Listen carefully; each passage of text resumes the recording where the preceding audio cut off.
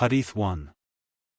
Narrated Muhammad bin Amr al-Aslami that his father Hamza said, Umar sent him, that is, Hamza, as a sadaqah and zakat collector. A man had committed illegal sexual intercourse with the slave girl of his wife. Hamza took, personal, sureties for the adulterer till they came to Umar. Umar had lashed the adulterer 100 lashes. Umar confirmed their claim, that the adulterer had already been punished, and excused him because of being ignorant. Jarir al-Ash'ath said to Ibn Mas'ud regarding renegades, that is, those who became infidels after embracing Islam, let them repent and take, personal, sureties for them. They repented and their relatives stood sureties for them. According to Hammad, if somebody stands surety for another person and that person dies, the person giving surety will be released from responsibility. According to Al-Hakam, his responsibilities continue. Hadīth 2.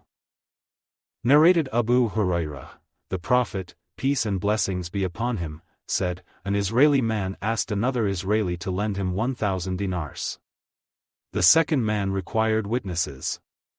The former replied, Allah is sufficient as a witness. The second said, I want a surety. The former replied, Allah is sufficient as a surety. The second said, you are right, and lent him the money for a certain period. The debtor went across the sea. When he finished his job, he searched for a conveyance so that he might reach in time for the repayment of the debt, but he could not find any. So, he took a piece of wood and made a hole in it, inserted in it 1,000 dinars and a letter to the lender and then closed, that is, sealed, the hole tightly. He took the piece of wood to the sea and said, O Allah! You know well that I took a loan of 1,000 dinars from so-and-so. He demanded a surety from me but I told him that Allah's guarantee was sufficient and he accepted your guarantee. He then asked for a witness and I told him that Allah was sufficient as a witness, and he accepted you as a witness. No doubt, I tried hard to find a conveyance so that I could pay his money but could not find, so I hand over this money to you. Saying that, he threw the piece of wood into the sea till it went out far into it, and then he went away. Meanwhile he started searching for a conveyance in order to reach the creditor's country. One day, the lender came out of his house to see whether a ship had arrived bringing his money, and all of a sudden he saw the piece of wood in which his money had been deposited. He took it home to use for fire. When he sought it, he found his money and the letter inside it. Shortly after that, the debtor came bringing 1,000 dinars to him and said, By Allah, I had been trying hard to get a boat so that I could bring you your money, but failed to get one before the one I have come by. The lender asked, Have you sent something to me? The debtor replied, I have told you I could not get a boat other than the one I have come by. The lender said, Allah has delivered on your behalf the money you sent in the piece of wood. So, you may keep your 1,000 dinars and depart guided on the right path. Hadīth 3. Narrated Sa'id bin Jubayr, Ibn Abbas said, in the verse, To every one we have appointed Muwaliya. Muwaliya means ones, heirs, Surah 4, Ayah 33. And regarding the verse, and those with whom your right hands have made a pledge.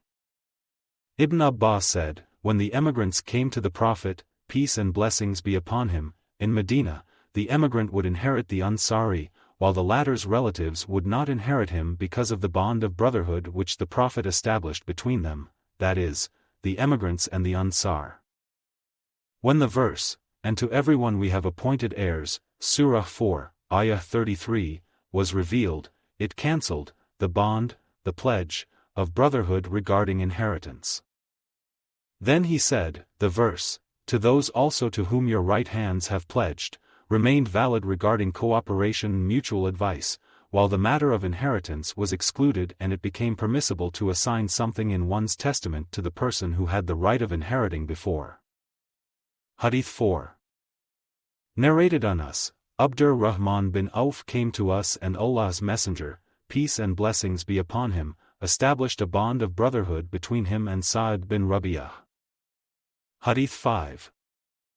Narrated Asim, I heard Anas bin Malik, have you ever heard that the Prophet, peace and blessings be upon him, said, "There is no alliance in Islam?" He replied, "The Prophet, peace and blessings be upon him, made alliance between Quraysh and the Ansar in my house." Hadith 6. Narrated Salamah bin al-Aqwa, a dead person was brought to the Prophet, peace and blessings be upon him, so that he might lead the funeral prayer for him. He asked, "Is he in debt?" When the people replied in the negative, he led the funeral prayer. Another dead person was brought and he asked, "Is he in debt?" They said, "Yes." He refused to lead the prayer and said, "Lead the prayer of your friend." Abu Qatada said, "O Allah's Messenger, peace and blessings be upon him, I undertake to pay his debt."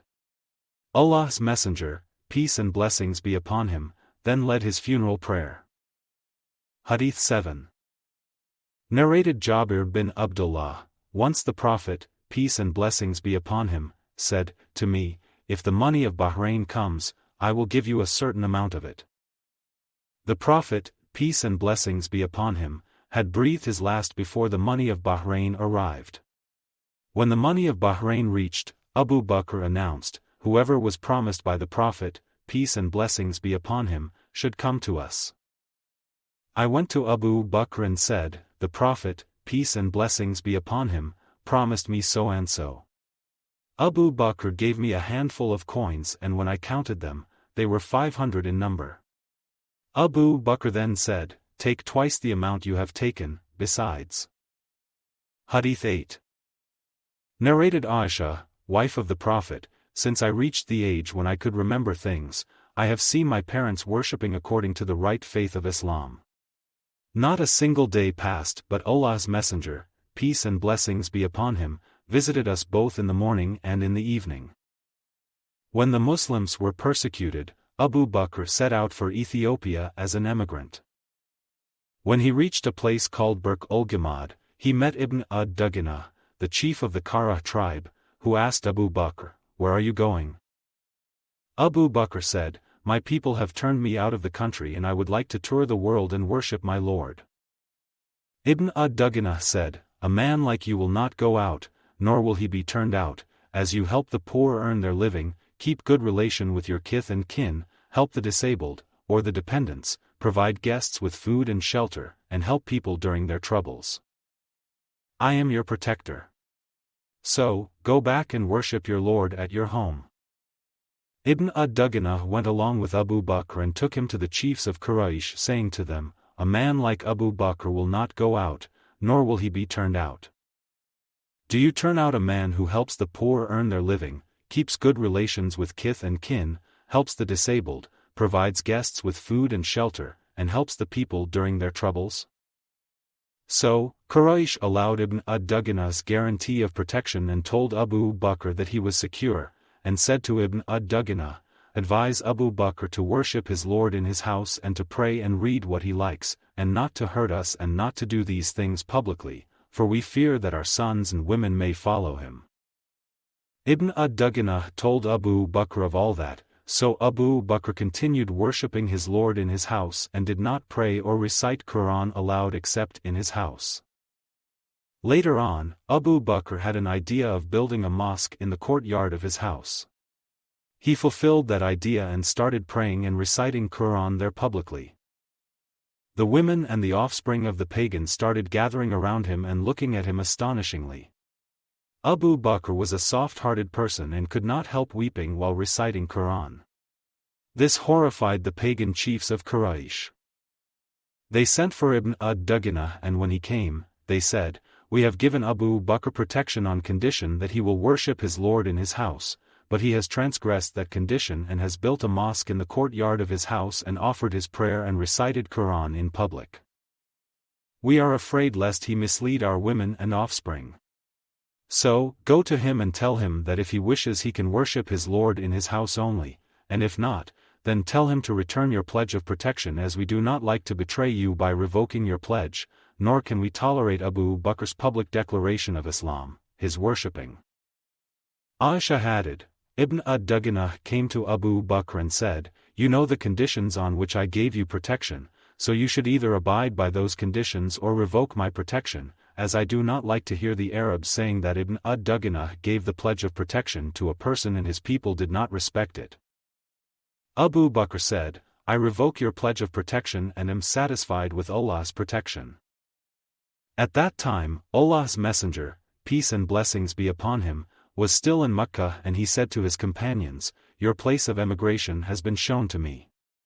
I have seen salty land, planted with date palms and situated between two mountains which are the two Haras. So, when the Prophet, peace and blessings be upon him, told it, some of the companions migrated to Medina, and some of those who had migrated to Ethiopia returned to Medina.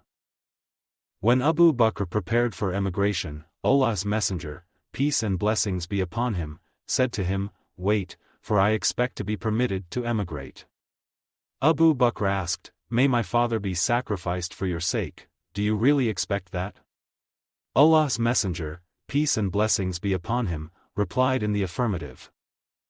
So, Abu Bakr postponed his departure in order to accompany Allah's Messenger, peace and blessings be upon him, and fed 2 camels which he had, with the leaves of samur trees for 4 months. Hadīth 9. Narrated Abu Hurairah, whenever a dead man in debt was brought to Allah's Messenger, peace and blessings be upon him, he would ask, Has he left anything to repay his debt? If he was informed that he had left something to repay his debts, he would offer his funeral prayer, otherwise he would tell the Muslims to offer their friend's funeral prayer.